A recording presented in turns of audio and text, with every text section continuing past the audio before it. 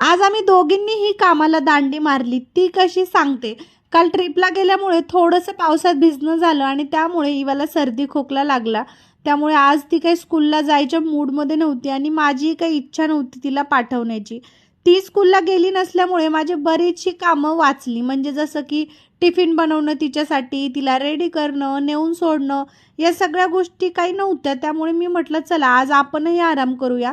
आणि आज ती घरी असल्यामुळे मी यूट्यूबची पण कामं काही केली नाही, व्लॉग वगैरे काही बनवला नाही.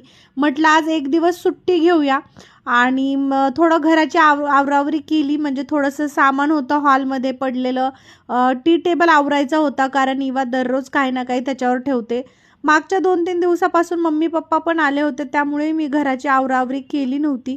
म्हटलं आज घरी आहे तर थोडं टापटीप करून ठेवते. जास्त काही पसारा झाला नव्हता पण त्यात छोट्या मोठ्या गोष्टी जिथल्या तिथे लावून दिल्या.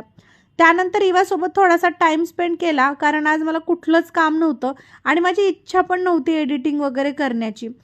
थोडंसं शूटिंग केलं आणि तेवढंच बस. नंतर मग त्यानंतर इवा बोलली की मम्मा मला खाण्यासाठी काहीतरी बनव. मग तिच्यासाठी फ्रेंच फ्राईज बनवले आणि मस्त तिच्यासोबत गप्पा मारल्या. आज सोशल मीडियाशी रिलेटेड कुठलंच काम न केल्यामुळे मला असं वाटत होतं की दिवस संपत का नाही.